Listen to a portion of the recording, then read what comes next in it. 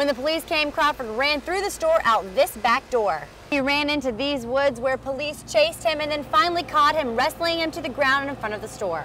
Now the way this works is the rain comes from the roof down into the pipe, and then the pipe drains right into the garden. And if you have this in your backyard, you can actually bury this pipe so you don't have to see it and it'll still work. The holidays always mean more trash, but depending on the day of the week that Christmas falls determines how much more trash. It's not just texting and driving that's dangerous. Police say it's any type of distraction that takes a driver's eyes off of the road, like talking on a cell phone or putting on makeup. Despite common misconceptions about the show being just for die-hard fans, the director says it's for everyone. And I should know, because I'm in it. Thanks, Ray. I'm here with Nancy Denson, who's running for mayor. Nancy, it's the final countdown. How are you feeling right now? We spoke with Athens court officials today who say a bond hearing will be held before Judge Steve Jones Thursday morning at 8:30. Ray, I had a chance to visit the farm where 10 cows have been mutilated in the past year, and I got to speak with both of the owners. We want to alert you that some of the images you will see are graphic. A variety of beef cows roam freely over this quiet 200-plus acre farm. It's hard to imagine such peaceful bovine country could be the site of murder and mutilation of 10 cows in 1 year. The cause of death is unknown. One cow was tested and was found poisoned. Last week, a pregnant cow was killed on the back part of the pasture. And it looked like you could see in this dirt area right here where somebody had got down on their knees and their elbows, and they got down in there and cut the milk bag off. Most of the cows that were killed had their udders and genitals removed. All of the cows that were mutilated were found in not very obvious places, like this creek behind me here, where 3 were found dead in May. The Coopers farm is the only farm in the area or Georgia that's dealing with mutilated cows. The Coopers think someone is sneaking onto their property, but they say they don't have any enemies. If they were going to just do a killing, that they wouldn't go to the trouble to remove a part like that. If they were just mad at us, which we don't have any enemies that we're aware of, but if they were going to do that, they would just put a bullet in their head and keep going. Hall County Sheriff's Office has been handling the investigation of these cows since the killings started last year. An investigator describes the mutilations. They had a very clean cut about them. There were no blood around the scene, and on all of the instances of the cow deaths, they've been no or very little physical evidence, no footprints or anything leading up to the animals, and very little blood. Some of the Coopers' neighbors and others believe the cow mutilation is linked to aliens. Another theory is a satanic cult could be responsible.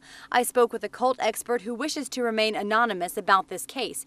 He said it sounded very similar to a cow mutilation that happened 15 years ago in another state that was done by a satanic cult who used the body parts for its rituals. This sounds like a cult because of the sophistication and that perfectly removed in a perfect clean way and no blood or other traces. Those are telltale signs. Hall County investigators have a different view. Either there's a perpetrator involved that is doing this, but it's also open that it could be animals and insects also preying on the soft tissue of the cow.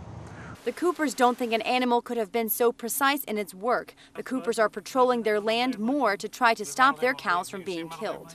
You don't rest sometimes because you're thinking, you know, in your mind why and what's going on.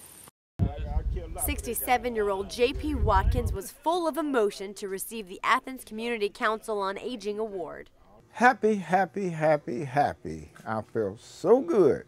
The Restore sells donated home items at a discounted price. In his 10 years there, Watkins has worked his way up from truck driver to supervisor to manager. His secret to success? Good customer service. You got to greet your customer with a smile. And I can speak to them, ask them, how are you doing? And then they'll associate with you. Other Habitat employees say it's Watkins' friendly attitude and great work ethic that have made the store so successful.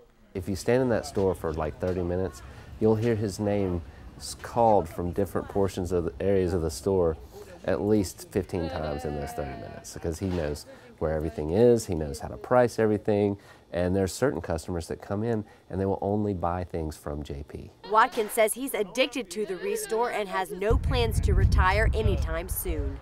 They're gonna have to carry me out on a stretcher. It's just a jump to the left and then a step to the right. Athens theater goers will soon be doing the time warp under Stephen Carroll's direction, who says this play has been more or less a dream come true. I'm a geek, in case you can't tell. I'm a geek. Sci-fi, horror, always have been and always will be. And I have been doing theater now for coming up on 20 years. So the opportunity to do a show that so closely references and pays homage to and satirizes sci-fi, I couldn't miss the opportunity. The play came before the movie, and Carroll has been working hard to make his production more like the original. One thing both versions have in common is cross-dressing mad scientist Dr. Frankenfurter, played by Nathan Altman in Town and Gown's production. Anytime you get to play a somewhat demented, mad scientist who also cross-dresses, I mean, how can you not have fun with that? In preparation for his role, Altman drew on his past experiences as an occasional drag performer. Being able to move in the clothing and the shoes, I'm taking that aspect from what I've learned. But despite common misconceptions about the show being just for die-hard fans, the director says it's for everyone. And I should know, because I'm in it. Exposure that it's gotten recently from Glee, from the anniversary release of the DVD. I think a lot of people that have either heard of it or have heard the songs but have never watched the movie and certainly have never seen the play. Hopefully we'll get a decent amount of them in, especially this time of year. We're pretty much the only action in town that's not a Christmas show. The show thrills, chills, and fulfills its community service with a special bonus performance next Wednesday benefiting the Boy Buton AIDS Foundation. In Athens, Rachel Garrett, WNEG News, Northeast Georgia.